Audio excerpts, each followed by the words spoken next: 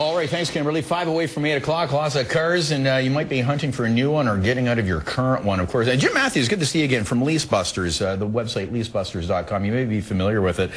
Developed in Canada. It's been a huge hit, but of course, in these economic times, certainly you're seeing a new customer and lots of changes. People, for example, getting out of leases or changing their vehicles, because next to a mortgage, I mean, that's one of the big bills in the monthly budget. It is. It's a big bill. It's what we're seeing is a lot of new customers who would typically go full term on their lease, and they're now getting out as a precautionary measure. They look at the economy, they look at their job status.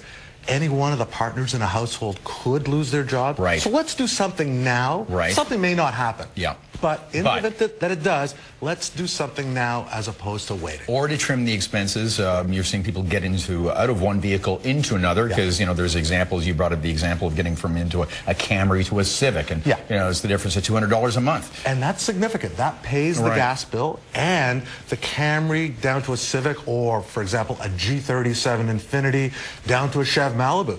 They're saving $200–300 per month, and that $200–300 per month pays the insurance for a monthly, and the gasoline on a monthly basis. That's big. What's the credit conditions like in the leasing industry right now? Well, the credit conditions on a new lease are tight. I mean, credit is tight. Finance companies and leasing companies have to be really, really careful, because somebody could lose their job tomorrow. Right. They don't know. However, on the lease takeover side, it's quite open, because the leasing companies are going to engage both the buyer and the seller, because it's good. It's in their best interest to be more forgiving. That's right. And not so much forgiving, but just being able to helping. You got it. Yeah. You got it. Because the facility exists, the lease package exists, so let's get it to somebody who wants it, and liberate that person who needs or wants out of it. Let's give an example. Someone has taken over a lease, they lose their job. What can they expect? Well, what they first have to do is, most people who lose their job have some type of financial contingency.